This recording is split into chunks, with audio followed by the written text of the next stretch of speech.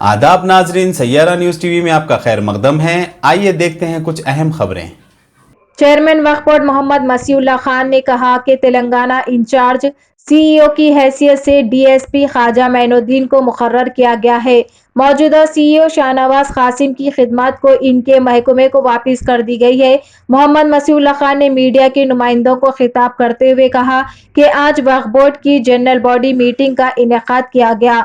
इस इजलास में एआईएमआईएम के एमएलए कौसर मोहिउद्दीन, एमएलसी फारूक हुसैन दीगर ने शिरकत की। इस इजलास में कई एजेंडों पर गुफ्तगू की गई थी। इन्होंने कहा कि हुकूमत को जल्द फुल टाइम और मुस्तकिल सीईओ मुकर्रर करने की दरख्वास्त की गई है।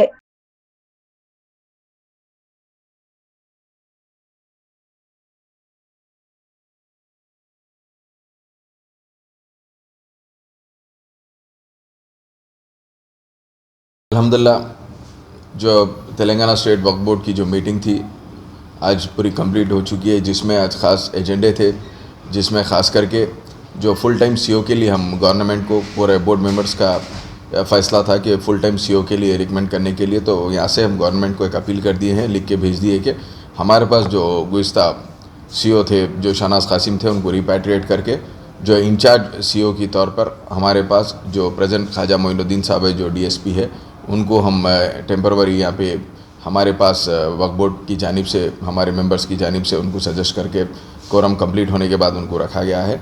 और गवर्नमेंट को गुजारिश की गई है हमारे तरफ से वक्फ बोर्ड की जानिब की तरफ से कि इमीडिएटली हमारे को फुल टाइम सीईओ हमारे को इमीडिएट देने के लिए हम गवर्नमेंट ऑफ तेलंगाना से हम रिक्वेस्ट करें।